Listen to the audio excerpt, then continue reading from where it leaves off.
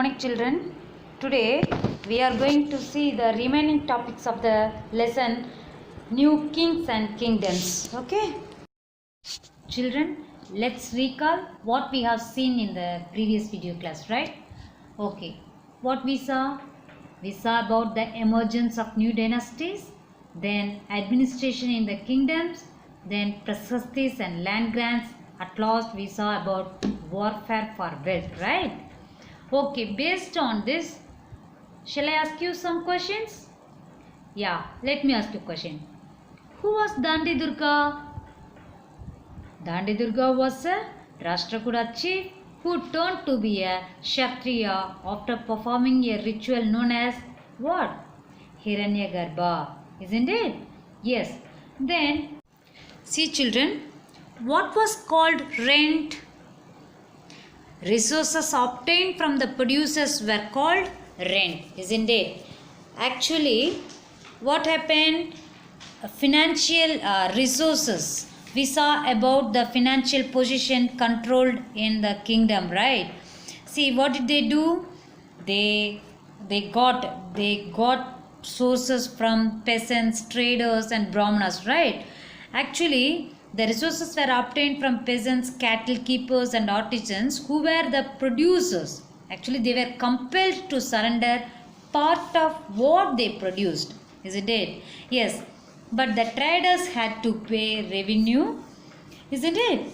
Then, who paid revenue? The traders paid revenue. So, who paid revenue? The traders paid revenue.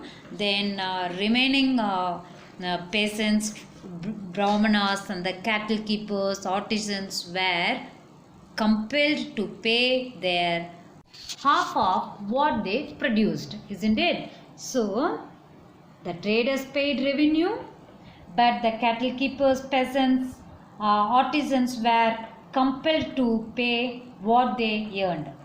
Sorry, half of the portions what they earned, right? Okay, fine. Now, let me ask you, what were prasastis? What do you know about prasastis? Prasastis were the details depicting the rules and personalities of the rulers, isn't it? So, generally prasastis often written by whom? Learned brahmanas. Actually, they tell us how rulers wanted to depict themselves as valiant, victorious warriors, etc., isn't it? So, always the kings needed titles and always the king needed to depict themselves as a great warrior, isn't it? So that the prasastis are told us how rulers wanted to depict themselves. Then for this, brahmanas were rewarded by grants of land. What did they give? The kings rewarded by grants of land which were recorded on copper plates. Okay, I told you, like a land register office, those time the land registration was done in the copper plate, like that I told you. Do you remember that? Yes. So, who were the writers of prasastis? The learned brahmanas were the writers of the prasastis, isn't it? Yes. Then at last we saw about Kalhana, right? Who was Kalhana? Kalhana was a great Sanskrit poet from Kashmir, isn't it? Then we saw about tripartite struggle, right? What was tripartite struggle? The tripartite struggle was a long drawn conflict among the rulers of Gurjara Pratihara, Rashtrakuta and Pala dynasties for control over which city? Kannauj, isn't it? Yes. Then, who wrote Kitab al-Hind? A great Arab poet, Al-Baruni, wrote Kitab al-Hind. Actually, who entrusted him to write an account of subcontinent? Sultan Muhammad of Ghazni, isn't it? Yes. See children, now we will see about the Cholas. Okay, see, actually, who were the prominent kingdoms during 7th and 12th centuries? Already we have seen about that Rashtrakutas, Gurjara Pratiharas, then Palas, then later on Chauhans.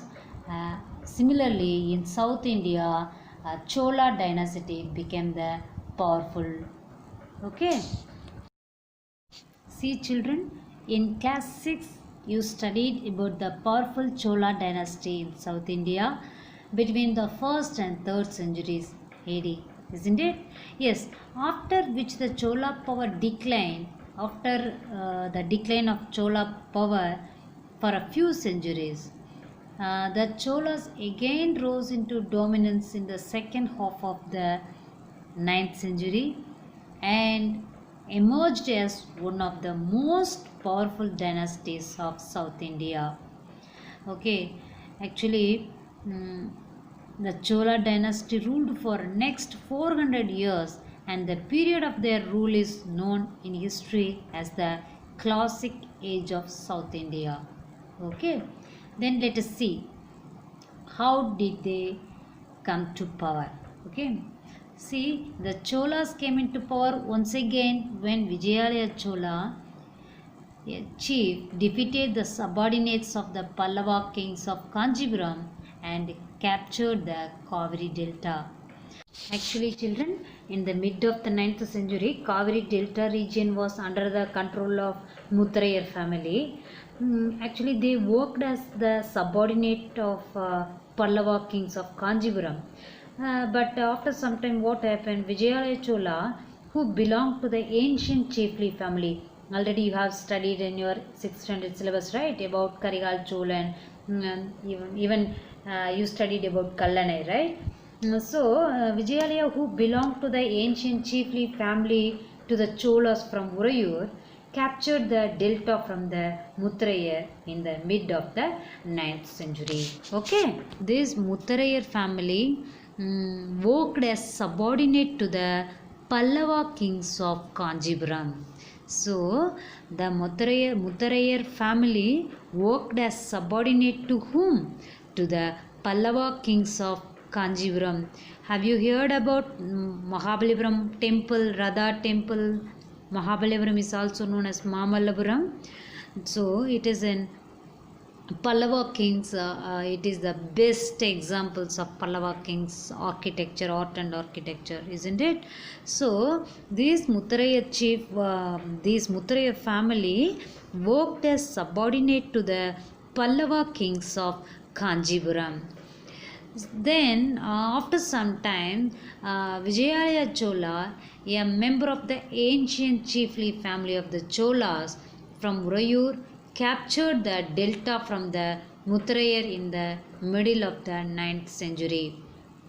Then Vijayalaya Chola built the town of Tanjavur, it is known as Tanjore, and made it his capital. So Vijayalaya Chola made his capital which city? Tanjavur. And Vijayalaya and his successors are known as the Imperial Cholas. Actually, the most important Chola rulers were Rajaraja first and Rajendra first. Okay. Look at this map, children. We can find out where it is Urayur and where it is Tanjavur. And Chola kingdom ruled over southern part of India, isn't it? Yes. So, who were the most important Chola rulers? Rajaraja first and Rajendra first. Got it? Now, let's see about Rajaraja Chola. Okay, see, if we say Rajaraja Chola, immediately what we will remember? Tanjore Pragadiswara temple, right? Tanjore Periya temple, Tanjai Periya Kovil, Tanjai Pragadiswara temple, right? Like that we used to tell, right? In fact, the period of Rajaraja Chola was a glorious period in the history of South India.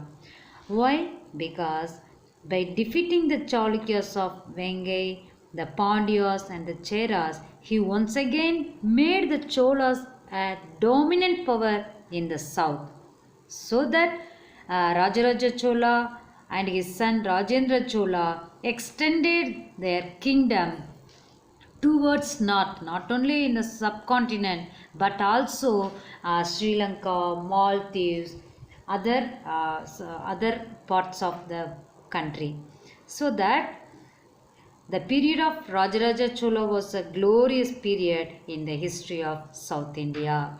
Okay, then and also great administrator. He also recognized as a great administrator. Why? Because he reorganized the administration of the empire. So generally the Cholas had a very efficient and organized system of administration. Here, though the king was very strong, he acted on the advice of his council of ministers. And also, he personally looked after the welfare of his people. So, Rajaraja's son Rajendra first also continued his policies. Whose policies? Rajaraja Chola's policies, because he followed very good policies to administer, right? So that Rajendra Chola first, the son of Rajaraja first, don't forget it. Rajaraja Chola first son was Rajendra Chola first. So Rajaraja Chola's policies were adopted by Rajendra Chola first also. Rajaraja Chola built beautiful temples. The famous Tanjai Brigadishwara temple was built by Rajaraja Chola first. So who built Tanjai Periyakovil, or who built Tanjai Brigadishwara temple? Rajaraja Chola first built Tanjore Brigadishwara temple. Got it? Now let me tell you about Rajendra Chola first. Who was Rajendra Chola? Rajendra Chola was son of Rajaraja Chola first. Why I told you Rajaraja Chola first, Rajendra Chola first? Because after that their successors also had kept their name Rajaraja Chola second, Rajendra Chola second, then Rajaraja Chola third, like that their successors had come. So that particularly I mentioned Rajaraja Chola first and Rajendra Chola first were the most famous Chola rulers. Okay, most famous powerful Chola rulers, because during their period only this Chola kingdom extended towards north. Okay. Then, let me tell you about Rajendra Chola. In fact, he came to power on 1016 AD to 1044. Actually, Chola power was at its peak during the rule of Rajendra Chola, because he expanded his kingdom by annexing Sri Lanka. You know Sri Lanka? Sri Lanka is our neighboring country, right? Because Rajendra Chola's army marched north to defeat the Palas of Bengal. Already we have seen Palas ruled over Bengal, right? So Palas of Bengal and annexed Bihar, Odisha and Bengal. So after this victory, Rajendra Chola came to be known as Gangaikonda Chola, meaning the one who has conquered the Ganga, because almost he reached Ganga Valley. He raided the Ganga Valley. So who raided the Ganga Valley? Rajendra Chola first. So after this victory, he built a new capital named Gangaikonda Cholapuram. See, already I have mentioned you two temples or best examples of Chola's architecture, right? One is Tanjai Pragadishwara temple. It was built by Rajaraja Chola first, and Gangaikonda Cholapuram temple was built by Rajendra Chola first, who was son of Rajaraja Chola first. Got it? Why I used to mention you Rajaraja Chola first and Rajendra Chola first? Because after their death, after death, their successors used to keep their name Rajaraja Chola too, Rajendra Chola too, like that. So that I used to mention Rajaraja Chola first and Rajendra Chola first. Okay, don't get confused. So 2 points you have to remember that. One is Tanjai Pragadishwara temple was built by Rajaraja Chola, and Gangaikonda Cholapuram temple was built by Rajendra Chola first. They both were the very powerful kings of Chola dynasty. Okay, because during their period only Chola kingdom extended till Ganga Valley. Got it? Cholas were great builders, we know very well, because already we have seen some examples of their art and architecture, right? The Brigadishwara temple at Tanjavur, now a World Heritage Site, is the finest example of Chola architecture. So, Tanjai Pragadishwara temple is a heritage site.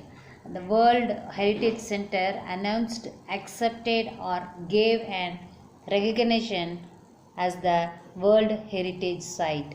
Okay. You know, children, recently means second month, 5 to 2020 only Maha Kumbhabhishekam held at Tanjai Brigadishwara temple. Okay, so you should not forget it. Who built Tanjai Brigadishwara temple or Tanjai Brigadishwara temple or Tanjai Periya Kovil? Everything is known as same temple, and here the presiding deity is Lord Shiva. See children, in order to maintain temples and temples workers such as priests, garland makers, cooks, sweepers, musicians, dancers, etc., lands were given by kings and others also. So the temple administrative, what they will do, they will get whatever they get from lands, they will use it to maintain their workers.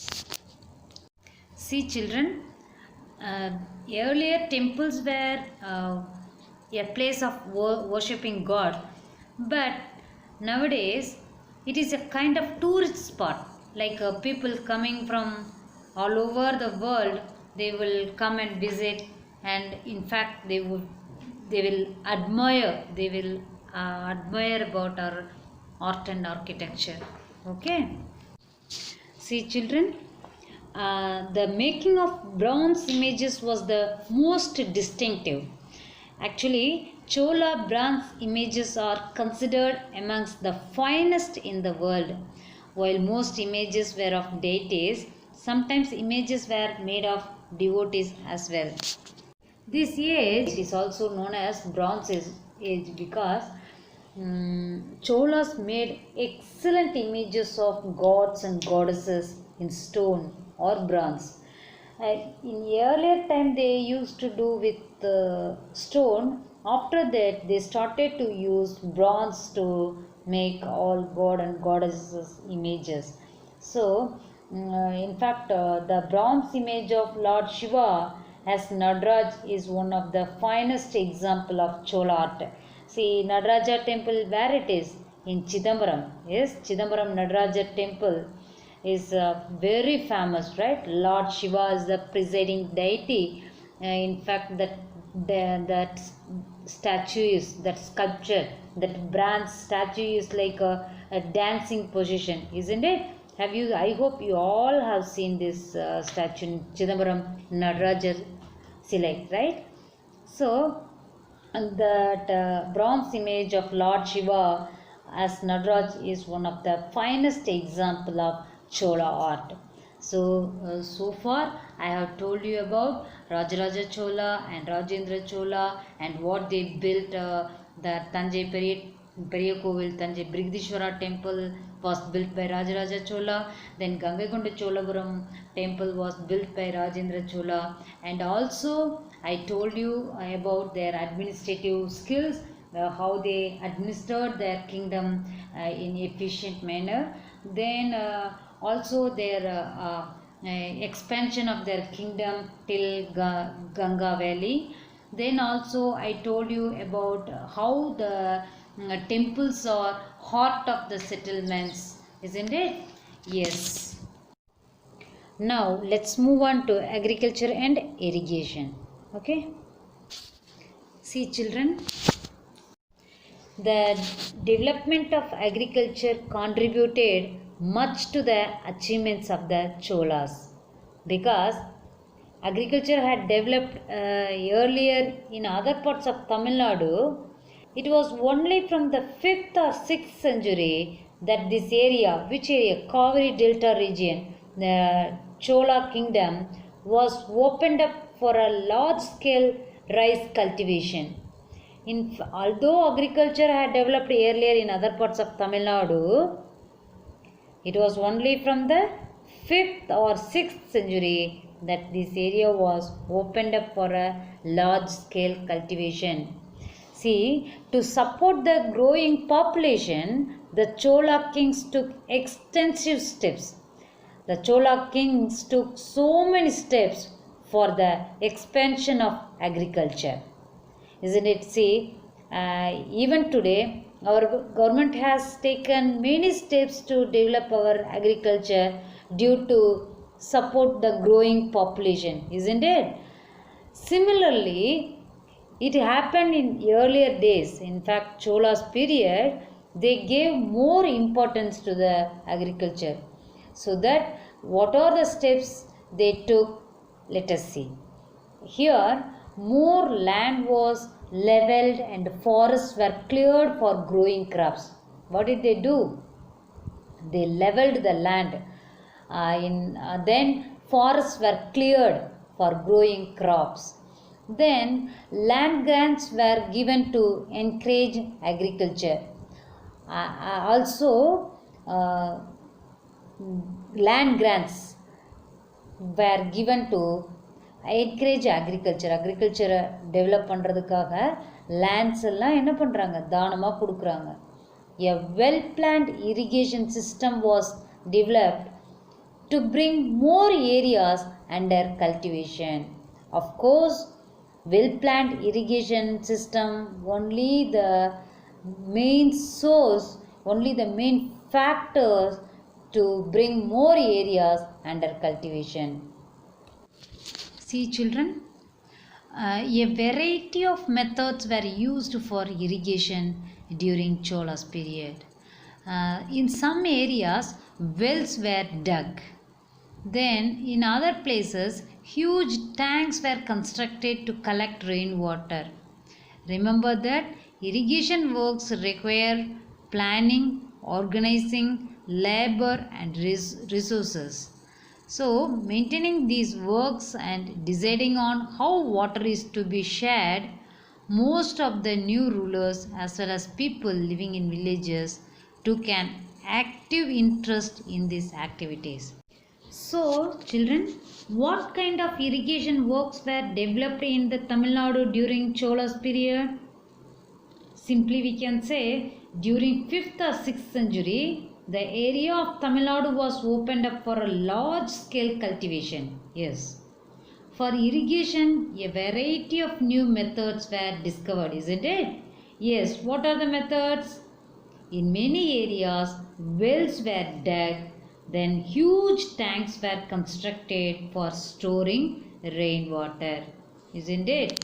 Yes. Especially in the delta areas, embankments were built to prevent floods, and canals were built to carry water to the fields.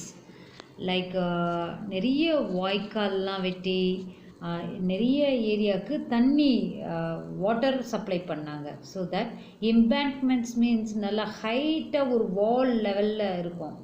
uh, it will prevent floods. Flood வந்தது அப்படின்னா டைரெக்டாக அந்த flood it won't affect the fields if it is there. Embankment if it is there, flood won't affect the fields directly. It will embankment will prevent floods to come into the field. Okay. See children, now we will see about the administration of the Chola Empire. Okay. See children, how was the administration organized? Already I have told you the Cholas had a very efficient and organized system of administration, isn't it? So, very first we will see about the basic units of Chola administration. Okay. Settlements of peasants known as ஊர். It means எங்கெல்லாம் நிறைய peasants settlements இருக்கோ, எங்கெல்லாம் நிறைய பேர் settlements இருக்கோ, குடியிருக்காங்களோ அந்த ஏரியாவுக்கு பேர் ஊர். So, settlements of peasants known as ஊர். Which was known as ஊர் under Chola period? Settlements of peasants known as ஊர். Is it clear? And also, ஊர் became prosperous with the spread of irrigation and agriculture. Yes, already we have seen it. How did Chola rulers expanded irrigation facilities, and how did they give importance to improve the agriculture sector, right? So that which was known as ஊர், settlements of peasants known as ஊர், and also ஊர் became prosperous with the spread of irrigation and agriculture, right? Then next, groups of such villages formed larger units called nadu. See, don't get confused. Small settlements of peasants were known as ஊர். At the same time, groups of such villages, நிறைய villages எல்லாம் சேர்ந்தது என்ன, ஒரு larger units called nadu. So, which was known as nadu? Groups of such villages formed larger units called nadu. Got it? Then, the village council and the nadu performed several administrative functions, including dispensing justice and collecting taxes. Okay. See children, here dispensing justice means delivering justice. Okay. In fact, even today in many remote villages, they practice this form of dispensing justice. Okay. Then, rich peasants of the Velala caste exercised considerable control over the affairs of the Nadu under the supervision of the central Chola government. Okay. Then, the Chola kings gave some rich landowners titles like Moovendavelan.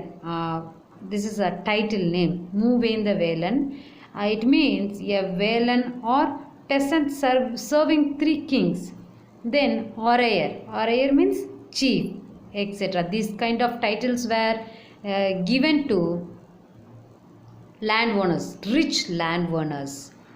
Then actually it marks as a respect, and also kings entrusted them with important offices of the state at the center.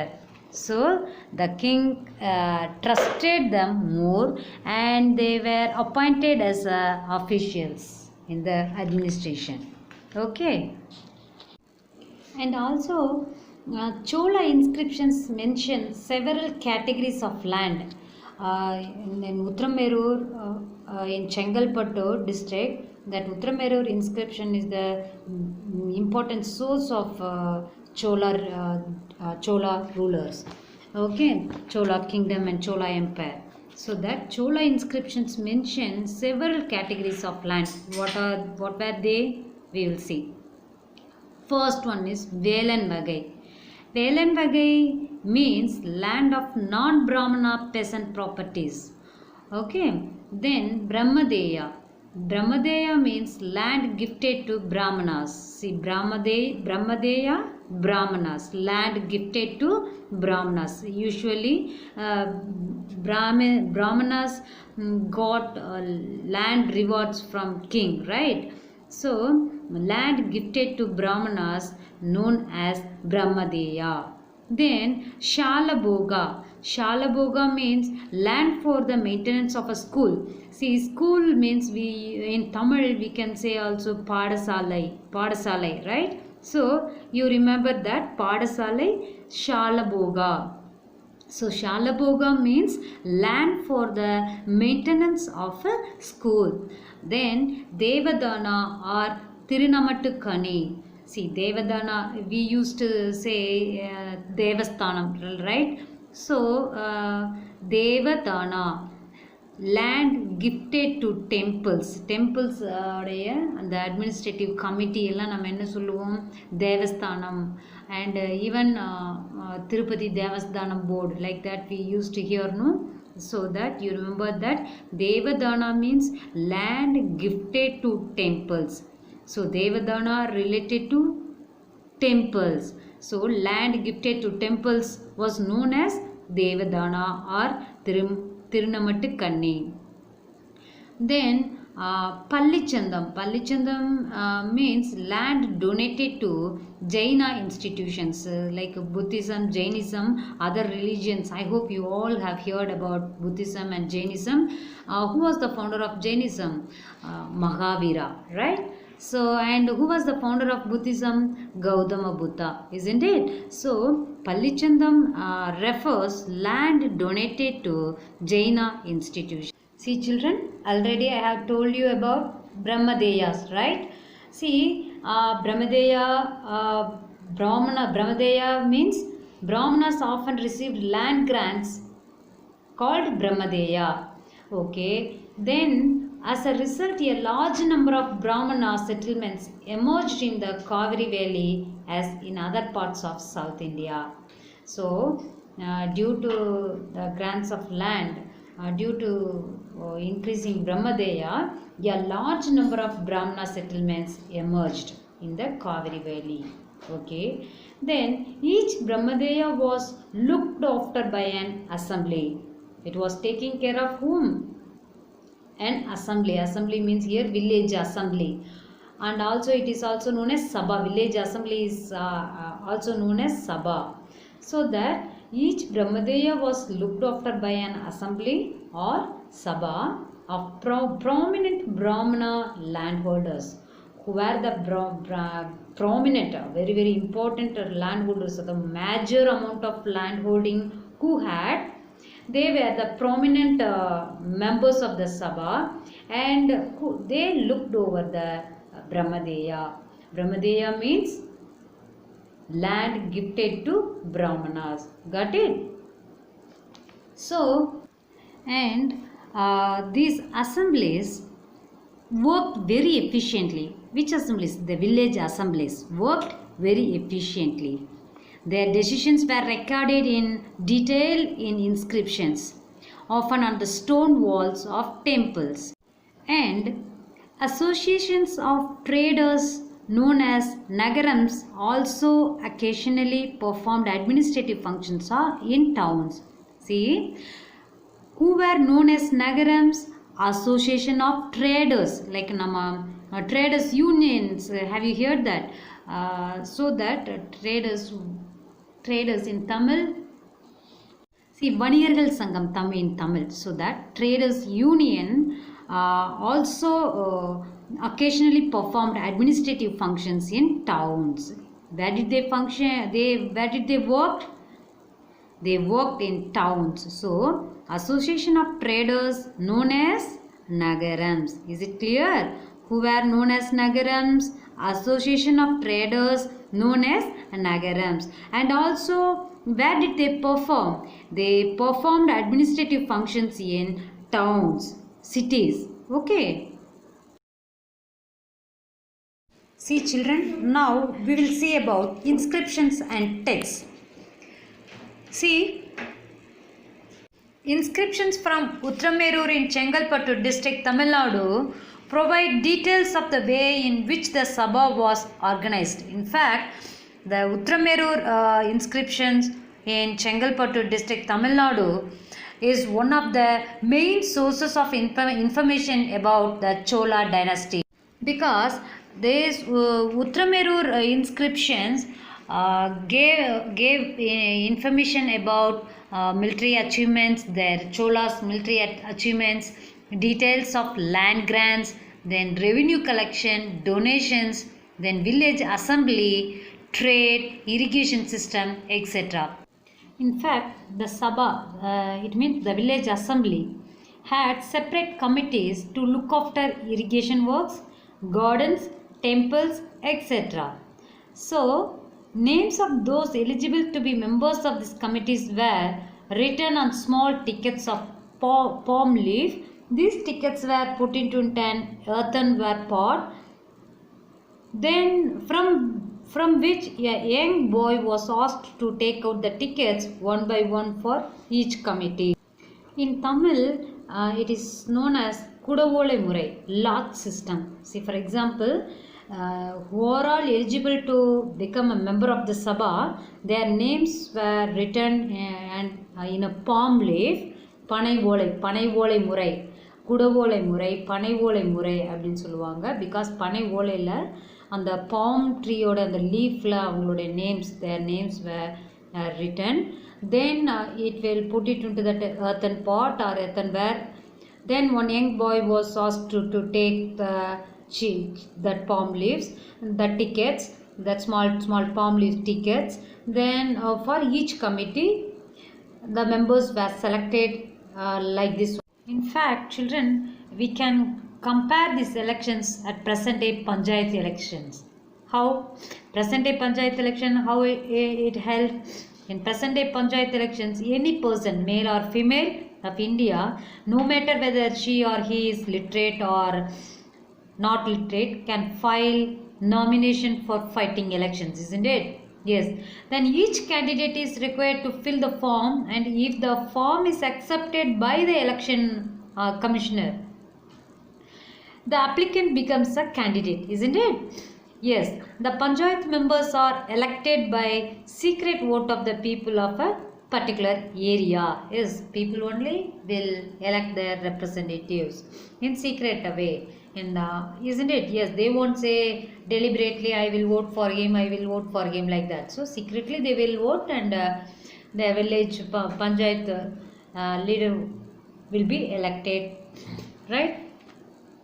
But if you see in the election of Sabha in Chola Empire, how did they select? In this, names of candidates were written on small tickets of palm leaf. Already we have discussed, right? Then these tickets were put it into a earthenware pot, from which a young boy was asked to take out the tickets one by one for each committee. Further, only educated persons were allowed to contest elections in Sabha. But initially, the eligible candidates' names were written on small tickets of palm leaf. Okay, so this is the comparison between present day Panchayat election and those Chola Empire's village assemblies or village Sabhas election.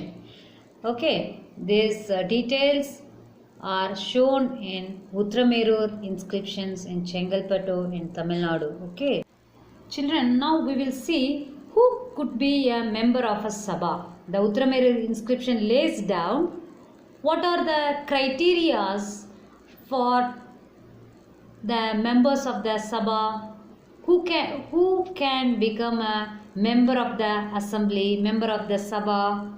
Let us see. First one, all those who wish to become members of the Sabha should be owners of land from which land revenue is collected. So the first criteria was they should be the landowner. Okay, then they should have their own homes. So they should have their own homes. Then they should be between 35 and 70 years of age. Age limitation was 35 and 70 years of age. At present, who can contest in the election, Panchayat election? Whoever attained 21 years, they can contest in the election.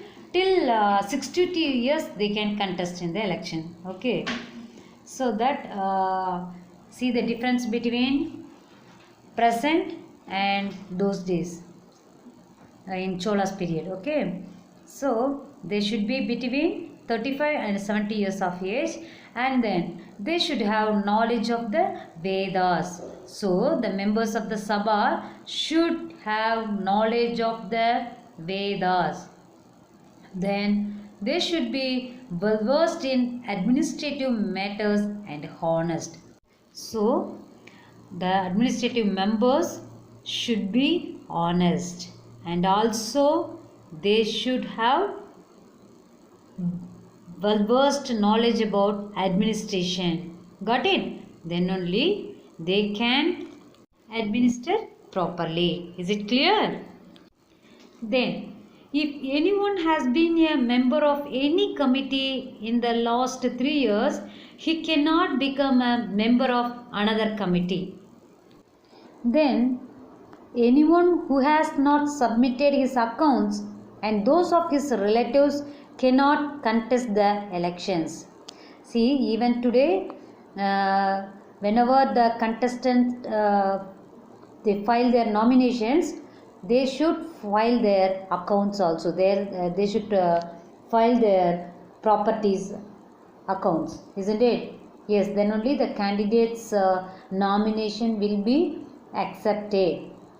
See, you imagine how many years, nearly 1000 years, 1200 years ago itself, under the Chola rule, this practice was done. It's really wondering, right? Because anyone who has not submitted his accounts and those of his relatives cannot contest the elections. Not only him, but also his relatives also were not able to contest the elections. Got it? So, what were the conditions for becoming a member of the Sabha? What was the committee system under Chola? We saw about for becoming a member of Sabha, a person should be a landlord, have his own home, then he should be between 35 and 70 years of age, right? Then they must know Vedas, and they should be well versed in administrative matters and be honest, isn't it? Then also we saw about the Sabha had separate committees whose members were elected. Then the names of eligible members were written on small tickets of palm leaf, isn't it? Then what did they do after that? They were then put it in an earthenware pot, from which a young boy was asked to take it out, the palm leaves tickets, isn't it? Then this way, one by one, the members of each committee was elected, isn't it? Children, almost we have come to end of this chapter. I hope you all understood this chapter clearly, isn't it? Yes, we saw about the emergence of new dynasties, then administration in the kingdoms, then prasastis and land grants, and similarly in south we saw about the Cholas, right? Then Cholas administration, isn't it? Children, I will send the classwork in the form of PDF. So you should copy it in your classwork notebook without any spelling mistakes. Then you should read the lesson properly. Then only these new words will be familiar to you. Okay? Thank you, children.